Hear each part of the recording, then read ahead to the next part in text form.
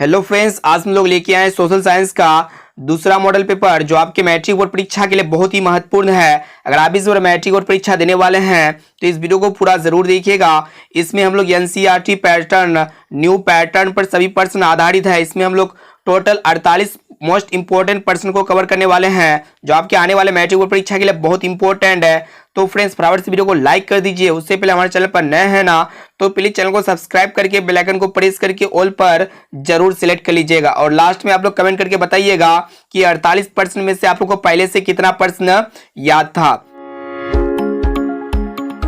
तो देखिए यहाँ पे आज का फर्स्ट प्रश्न काफी महत्वपूर्ण है कि जनसंख्या का घनत्व सबसे अधिक कहाँ होता है। ये प्रश्न मोस्ट इंपोर्टेंट है फ्रेंड्स। तो यहाँ पे जनसंख्या का घनत्व सबसे अधिक जो है ना कहाँ पे होता है। ऑप्शन ए में आपका दिया हुआ है ग्राम में, बी में कस्बा में, और सी में है नगर में, और डी में है महानगर में। तो दोस्तों जनसंख्या का घनत्व सबसे अधिक महानगर में होता है। यहाँ पे हमारा ऑप्शन नंबर डी जो है ना बिल्कुल से उत्तर हो जाएगा महानगर। अब आइए फ्रेंड्स देखते हैं यहाँ पे नेक्स्ट प्रश्न काफी महत्वपूर्ण है। देखिएगा क्या करा है कि पूंजीपति वर्ग द्वारा किस वर्ग का शोषण हुआ। तो दोस्तों पूंजीपति वर्ग के द्वारा जो है ना कृषक वर्ग का शोषण हुआ था। यहाँ पे हमारा ऑप्शन नंबर सी जो है ना बिल्कुल से उत्तर हो जाएगा। अब आइए फ्रेंड्स देखते हैं यहाँ पे तीसरा प्रश्न बहुत ही महत्वपूर्ण है। देखिएगा क्या करा है कि तीसरा प्रश्न कि पटना के गोलघर का निर्माण किस वर्ष किया गया। तो दोस्तों पटना के गोलघर का जो निर्माण किया गया था ना सन 1786 ईस्वी में किया गया था। यहाँ पे हमारा ऑप्शन नंबर बी जो है ना बिल्कुल से उत्तर हो जाएगा 1786 ईस्वी में। एक प्रश्न ये भी पूछे जाते हैं कि पटना का पुराना नाम क्या है। तो दोस्तों पटना का पुराना नाम पाटलिपुत्र है। अब आइए फ्रेंड्स देखते हैं यहाँ पे नेक्स्ट प्रश्न काफी महत्वपूर्ण है। देखिएगा क्या करा है कि दास कैपिटल किसकी रचना है। तो दोस्तों ये दास कैपिटल जो है ना एक प्रकार का बुक है और इनके रचनाकार कौन है। तो दोस्तों दास कैपिटल के रचनाकार जो है ना कार्ल मार्कस है। यहाँ पे हमारा ऑप्शन नंबर ए जो है ना बिल्कुल से उत्तर हो जाएगा कार्ल मार्कस। दोस्तों कार्ल मार्कस का जन्म 5 मई 1818 ईस्वी में हुआ था। इसे भी आप लोग याद रखिएगा। अब आइए फ्रेंड्स देखते हैं यहाँ पे नेक्स्ट प्रश्न। पांचवा प्रश्न भी बहुत ही महत्वपूर्ण है कि साम्यवादी शासन का पहला प्रयोग कहां पर हुआ था। तो दोस्तों ऑप्शन ए में आपका दिया हुआ है रूस में, बी में जापान में, और सी में चीन में, और डी में आपका दिया हुआ है क्यूबा में। तो दोस्तों साम्यवादी शासन का पहला प्रयोग जो हुआ था ना कहां पे हुआ था, रूस में हुआ था। यहाँ पे हमारा ऑप्शन नंबर ए जो है ना बिल्कुल से उत्तर हो जाएगा रूस। काफी महत्वपूर्ण प्रश्न को देख रहे हैं। प्लीज वीडियो को संपूर्ण शुरू से लेकर आखिरी तक जरूर देखिएगा। आप लोग एक भी प्रश्न को स्किप नहीं कीजिएगा। एक एक प्रश्न बहुत इंपॉर्टेंट आपके बोर्ड परीक्षा के लिए। अगर आपको जो भी प्रश्न याद नहीं है ना तो उसको नोटबुक में नोट कर लीजिएगा। अब आइए फ्रेंड्स देखते हैं यहाँ पे छठा प्रश्न क्या करा है कि कार्बोनरी की स्थापना कब हुआ था। ये प्रश्न बहुत इंपॉर्टेंट है। तो दोस्तों यहाँ पे कार्बोनरी की जो स्थापना हुआ था ना ये कब हुआ था वही आप लोग को बतलाना है। तो दोस्तों कार्बोनरी की जो स्थापना हुआ था वो आपका 1810 ईस्वी में हुआ था। यहाँ पे हमारा ऑप्शन नंबर ए जो है ना बिल्कुल से उत्तर हो जाएगा 1810 ईस्वी में। बहुत ही महत्वपूर्ण प्रश्न को देख रहे हैं। प्लीज वीडियो को संपूर्ण शुरू से लेकर आखिरी तक जरूर देखिएगा। अब आइए फ्रेंड्स देखते हैं यहाँ पे नेक्स्ट प्रश्न काफी महत्वपूर्ण है कि गैरीबाल्डी पेशे से क्या था। तो दोस्तों ये गैरीबाल्डी जो है ना पेशे से क्या था, यानी कि गैरीबाल्डी का पेशा क्या था, क्या करता था गैरीबाल्डी। तो दोस्तों गैरीबाल्डी पेशे से जो है ना नाविक था। यहाँ पे हमारा ऑप्शन नंबर डी जो है ना बिल्कुल से उत्तर हो जाएगा नाविक।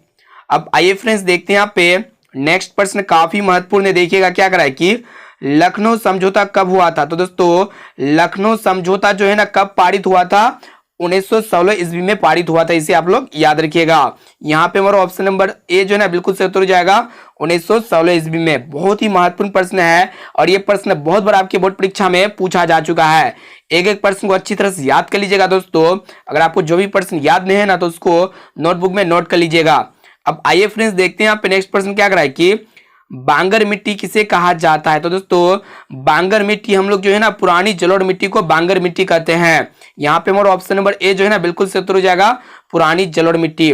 और एक प्रश्न ये भी पूछे जाते हैं कि खादर मिट्टी किसे कहते हैं। तो दोस्तों खादर मिट्टी जो है ना हम लोग नवीन जलोढ़ मिट्टी को कहते हैं। इसे भी आप लोग याद रखिएगा। अब आइए फ्रेंड्स देखते हैं यहाँ पे नेक्स्ट प्रश्न काफी महत्वपूर्ण प्रश्न को देख रहे हैं। देखिएगा क्या करा है कि काली मिट्टी किस फसल के लिए अधिक उपयोगी है। तो दोस्तों ये काली मिट्टी जो है ना किस फसल के लिए अधिक उपयोगी है।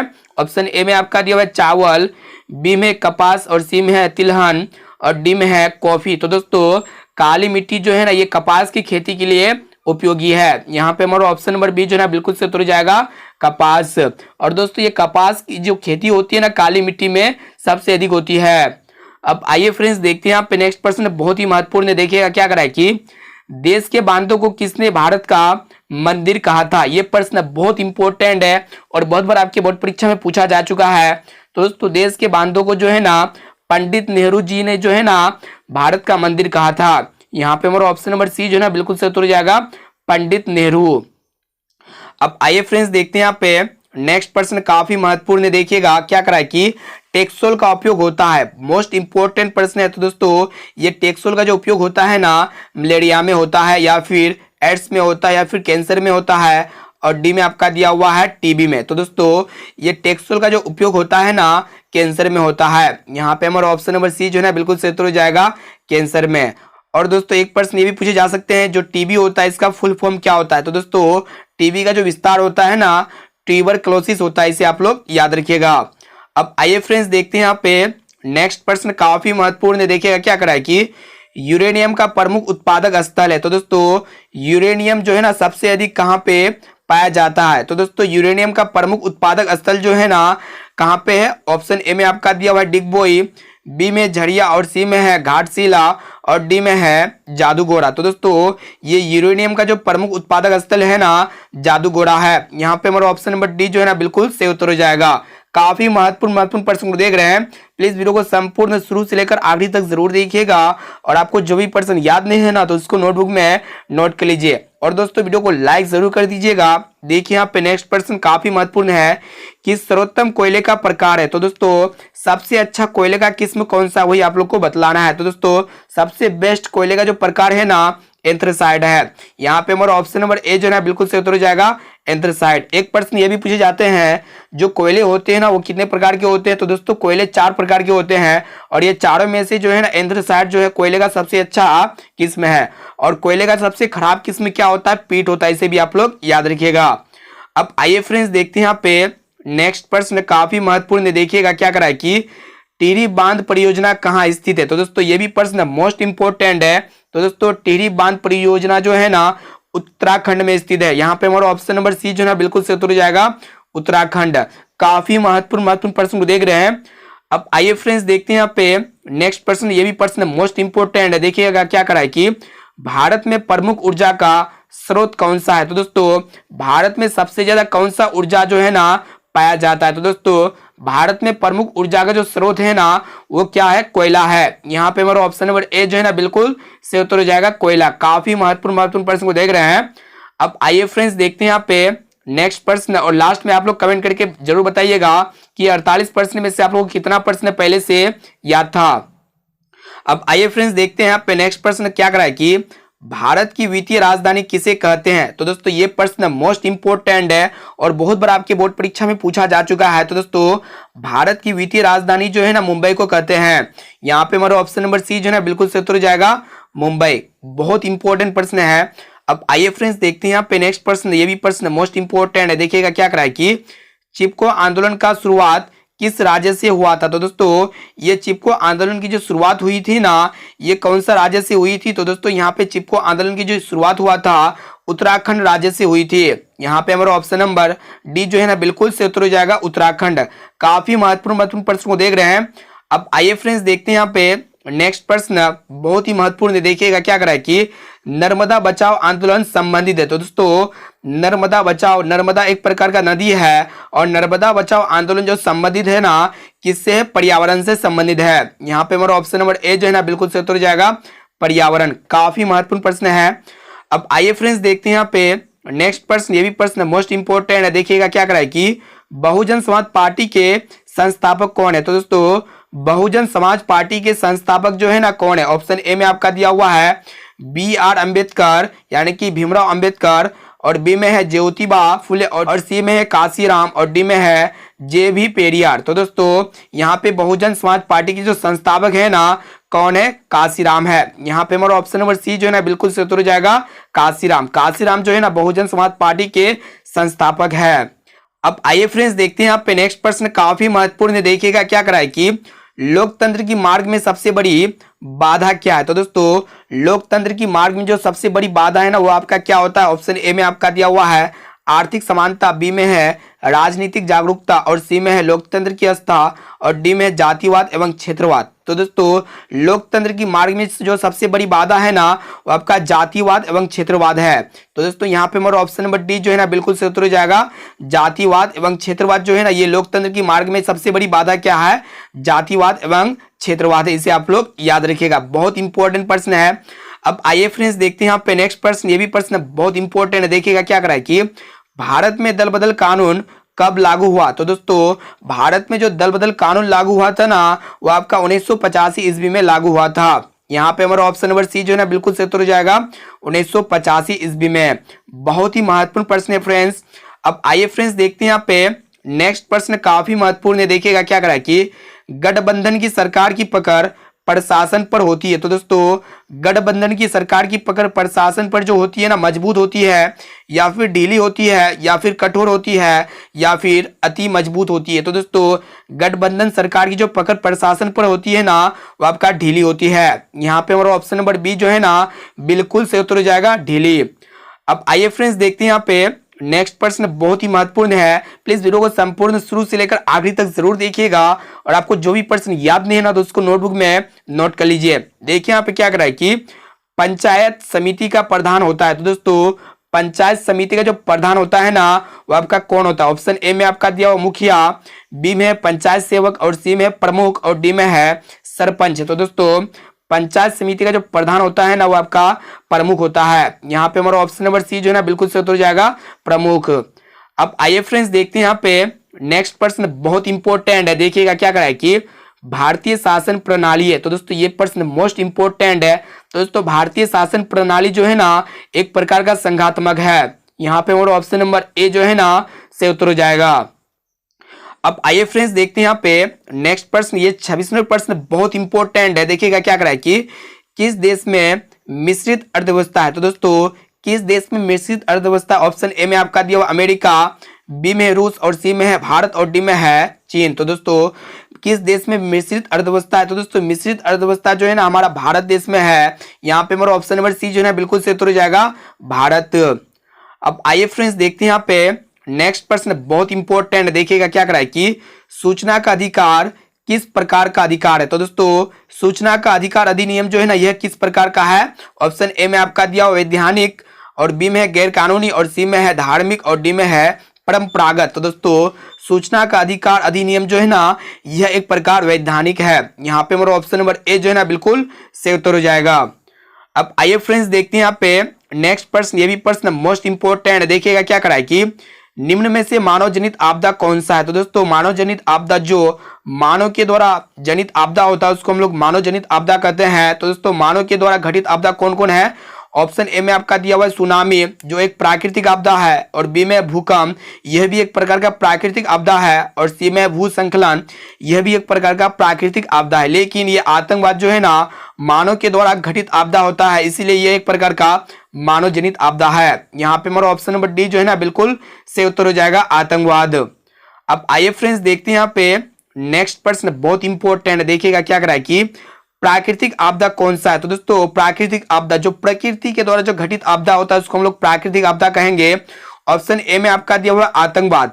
आतंकवाद एक प्रकार का मानव जनित आपदा है, यह प्राकृतिक आपदा नहीं है। ऑप्शन बी में दिया हुआ है विस्फोट, ये विस्फोट भी जो है ना एक प्रकार का मानव जनित आपदा है, मानव के द्वारा जो है ना विस्फोट किया जाता है, बम विस्फोट हो गया। और सी में आपका दिया हुआ भूकंप, भूकंप एक प्रकार का प्राकृतिक आपदा है जो कि प्रकृति के द्वारा घटित आपदा होता है। यहाँ पे हमारा ऑप्शन नंबर सी जो है ना बिल्कुल सही उत्तर हो जाएगा, भूकंप।